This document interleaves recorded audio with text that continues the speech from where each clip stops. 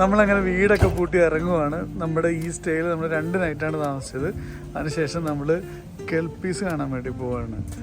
സ്കോട്ട്ലൻഡിൽ തന്നെയുള്ള കെൽപ്പീസിൻ്റെ അത് കാണാൻ വേണ്ടി പോകണം. നമുക്ക് ഇവിടുന്ന് ഒരു 1 hour ജേണി ഉണ്ട്. അപ്പോൾ ഇന്നത്തെ നമ്മുടെ ചാനലിലെ വീഡിയോസ് കെൽപ്പീസിൻ്റെ ആയിരിക്കും.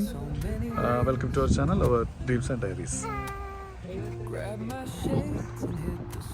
നമ്മളൊരു അരമുക്കാൽ മണിക്കൂർ ഡ്രൈവ് ചെയ്തിട്ടും കെൽപ്പീസിൻ്റെ പാർക്കിങ്ങിന് അവിടെ എത്തി. ഇനി ഇവിടുന്ന് ഒരു 100 മീറ്റർ നടന്നു മതി നമുക്ക് കെൽപ്പീസ് കാണാൻ പറ്റും.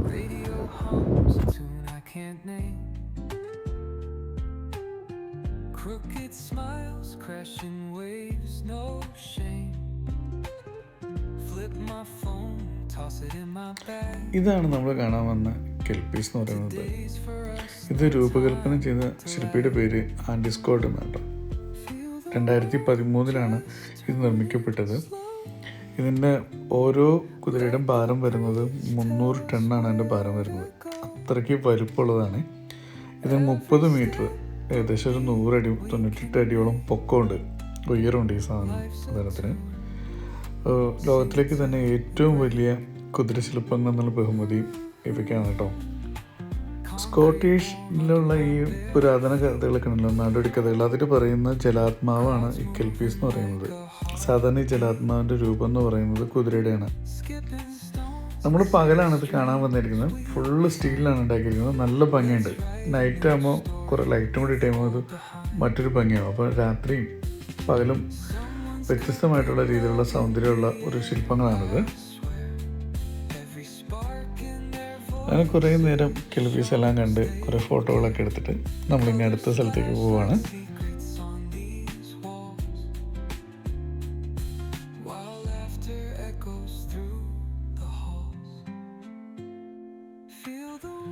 കെൽപ്പീസിന് അവിടെ നിന്ന് ഒരു 15 മിനിറ്റ് ഡ്രൈവ് ചെയ്താൽ ഒരു 5-6 മൈലേ ഉള്ളൂ. അത്ര വന്നിട്ടുണ്ടെങ്കിൽ നമ്മൾ അടുത്ത സ്ഥലത്തെത്തി. ഇനി നമുക്ക് ഇവിടുത്തെ വിശേഷങ്ങളാണ്. ഇവിടെ നമ്മളൊരു എൻജിനീയറിംഗ് വിസ്മയം കാണാനാണ് വന്നിരിക്കുന്നത്. ഞാൻ അതിൻ്റെ ഡീറ്റെയിൽസ് എല്ലാം കാണിച്ചു തരാം.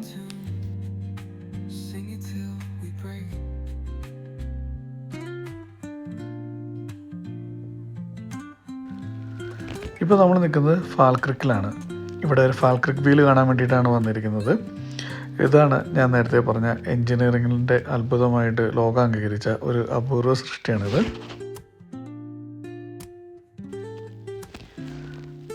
ഫോർത്ത് ആൻഡ് ക്ലൈഡ് കനാലും യൂണിയൻ കനാലും തമ്മിലുള്ള പൊക്ക വ്യത്യാസം ഒരു 24 മീറ്റർ ആയിരുന്നു.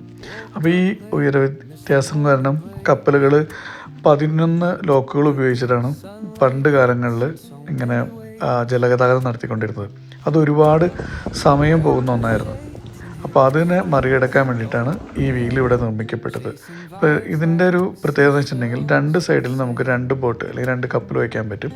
അതിനുശേഷം ഒരു കപ്പലിൻ്റെ ഭാരം കൊണ്ട് മറ്റേ കപ്പൽ സാവകാശം ഉയരുന്നത് കൊണ്ട് അധികം എനർജി ഉപയോഗിക്കാതെ തന്നെ ഈ 24 മീറ്ററിൻ്റെ ഉയര വ്യത്യാസമുള്ള സ്ഥലത്തേക്ക് ജലഗതാഗതം സുഗമമായിട്ട് നടത്താൻ പറ്റും. അതിന് വേണ്ടിയിട്ടാണ് ഈ ജെയിൻ വീൽ നിർമ്മിച്ചത് തന്നെ.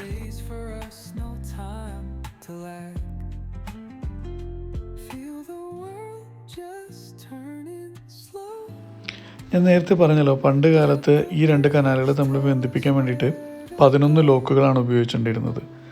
അതൊരുപാട് സമയവും അധ്വാനമൊക്കെ ആവശ്യമുള്ളതായിരുന്നു. 1930 വരെ ഇവിടെ അതേ സിസ്റ്റമാണ് യൂസ് ചെയ്തുകൊണ്ടിരുന്നത്. ആ ലോക്കുകൾ ഉപയോഗിച്ചിട്ട് കപ്പലുകൾ ഒരു കനാലിൽ നിന്ന് മറ്റൊരു കനാലിലേക്ക് മാറ്റുമായിരുന്നു. ഉയരത്തിലുള്ള കനാലിലേക്ക് മാറ്റുകയാണ് ചെയ്തുകൊണ്ടിരുന്നത്. അത് 1930 നശിക്കുകയും പിന്നീട് ആധുനികമായിട്ട് ഈ വീൽ ഉപയോഗിച്ച് ഇത്തരത്തിൽ കപ്പലുകളെ ഷിഫ്റ്റ് ചെയ്യാൻ തുടങ്ങിയത് 2002 മുതലാണ്. ഒരു കപ്പൽ ഒരു സൈഡിൽ കയറിയിട്ട് മേളിൽ നിന്ന് ഒരു കപ്പലും ഇറങ്ങിയിട്ട് ഇതൊന്ന് റൗണ്ട് ചെയ്ത് താഴത്തെത്താൻ എടുക്കുന്നത് 5 മിനിറ്റാണ്. ആ വീഡിയോ ആണ് നമ്മൾ കാണുന്നത്. ഇപ്പം ഇതേപോലെ ഇത് റൗണ്ടിൽ കറങ്ങി മേളിൽ നിന്നുള്ള കപ്പലെടുത്ത് താഴത്തു നിന്നുള്ള കപ്പൽ മേളിലോട്ട് കൊണ്ടുപോകുന്നു. ആ പ്രോസസ്സാണ് നമ്മളിപ്പോൾ കണ്ടുകൊണ്ടിരിക്കുന്നത്. ഈ പ്രോസസ്സ് മൊത്തം ചെയ്യാൻ വേണ്ടി എടുക്കുന്നത് 5 മിനിറ്റാണ്. പണ്ട് ഇത് 11 ലോക്കുകൾ, ഒരു ലോക്കിൽ വെള്ളം നിറച്ച് കപ്പൽ പൊക്കി, പിന്നെ വെള്ളം അടുത്തതിൽ നിറച്ച് കപ്പൽ പൊക്കി, അങ്ങനെ ചെയ്ത് കൊണ്ടുപോകണമെങ്കിൽ ഒരുപാട് സമയം അധ്വാനം വേണമായിരുന്നു. ഇപ്പോൾ അത് 5 മിനിറ്റിനുള്ളിൽ സാധിക്കും. Today's for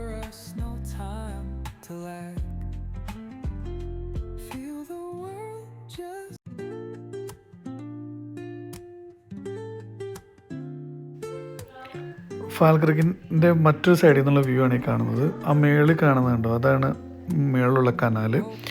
ഇവിടെ കുറച്ച് പ്ലേ ഏരിയകളൊക്കെ ഉണ്ട്. ഈ സൈഡിൽ നിന്നുള്ള വ്യൂ, മേളിൽ നിന്നുള്ള ഒരു ബോട്ട് താഴത്തേക്ക് കൊണ്ടുവരുന്ന ഒരു വ്യൂ ആണ് നമ്മളിപ്പോൾ കണ്ടുകൊണ്ടിരിക്കുന്നത്.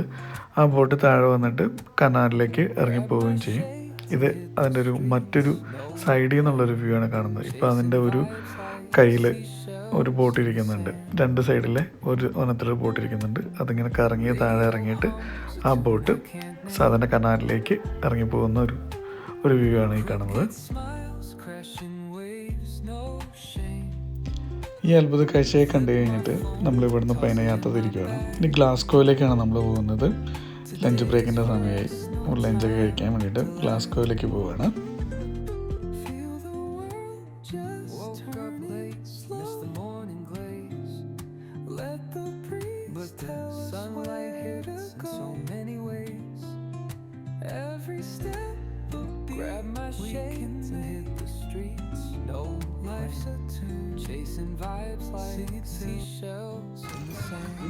എൻ്റെ പറമ്പിലേക്ക് തള്ളിയിരിക്കുന്നത് ഞാൻ എടുക്കും കേട്ടോ.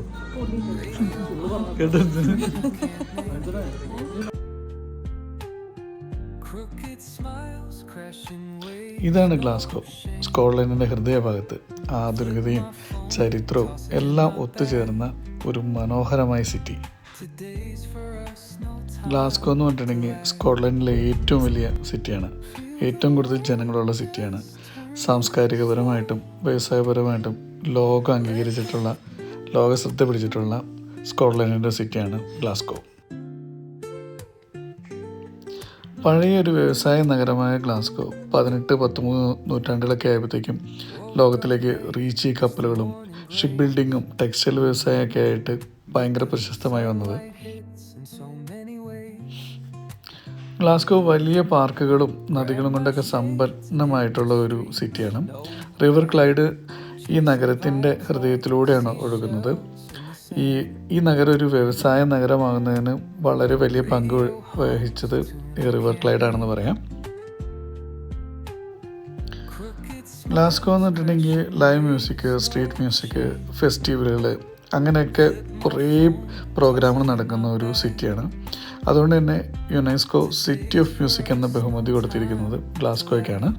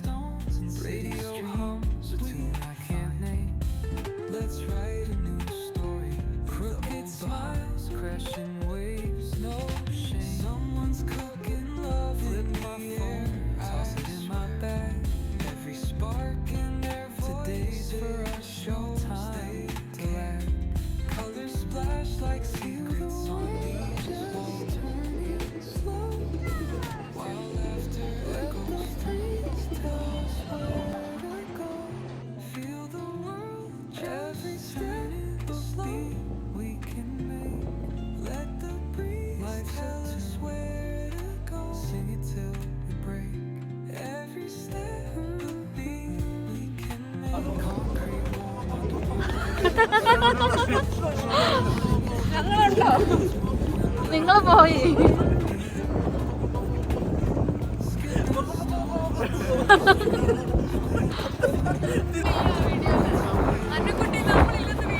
നിങ്ങളെ അടങ്ങി